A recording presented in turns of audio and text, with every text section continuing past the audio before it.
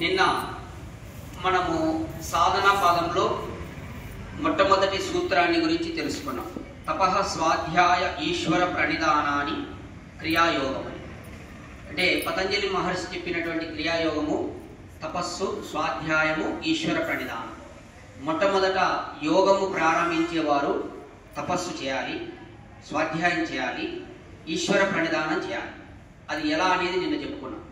అయితే ఇక్కడ పతంజలి మహర్షి ఏం చెప్తాడంటే, ఈ పని చెయ్యండి అంటే వెంటనే దాని లాభం చెప్తాడు.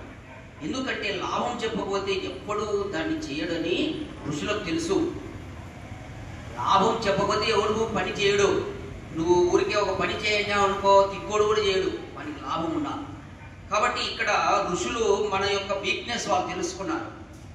మరి ఈ మనుషులు స్వార్థపరులు, వీళ్ళకు లాభం చెప్పాలి, చెప్తే చేస్తారు అని వెంటనే లాభం చెప్తున్నాడు. క్రియాయోగ ప్రయోజనము ఏమనగా, చూడండి అందరూ పలకండి. సమాధి భావనార్థ క్లేశ తమాకరణార్థ.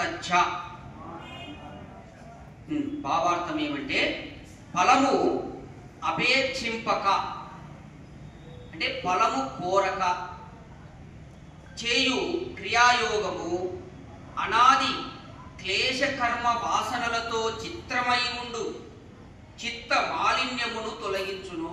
అనాది ఎప్పటి నుంచో ఈ జీవునికి, మన శరీరంలో ఉన్న జీవునికి ఎప్పటి నుంచి వస్తుందో, అనాది అంటే దానికి మొదలు లేదు, ఎప్పటి నుంచి వస్తుందో తెలియనటువంటి అనాది కాలం నుంచి వస్తున్నటువంటి ఈ చిత్తంలో ఉన్న మాలిన్యములు, క్లేశము అంటే మనకు దుఃఖం కలిగించేటటువంటి మాలిన్యాలు ఏవైతే ఉన్నాయో, పాపంలో నెట్టివేసేటటువంటి మాలిన్యాలు ఏవైతే ఉన్నాయో అవి తొలగించును. క్రియాయోగం చేస్తే ఆ పాపము చేసేటటువంటి మాలిన్యాలు తొలగిపోతాయి.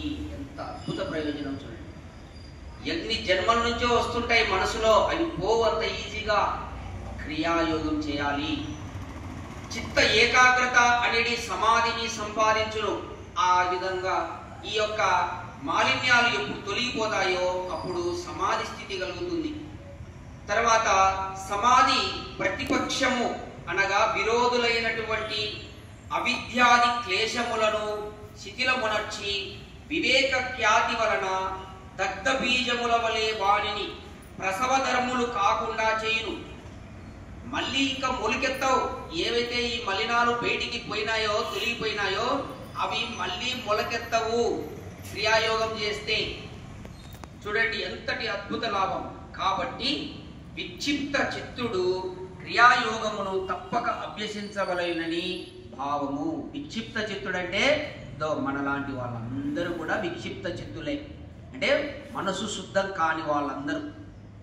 కాబట్టి మనము ఇక్కడ పతంజలి మహర్షి ఇంత అద్భుతమైనటువంటి లాభాన్ని తెలియజేస్తున్నాడు. క్రియాయోగం చేయడం వల్ల మన చిత్తంలో ఉన్నటువంటి మాలిన్యాలు, క్లేశ కర్మలు, ఆ పాపము కలిగించేటటువంటి భావనలు అవన్నీ తొలగిపోయి సమాధి స్థితి కలుగుతుంది.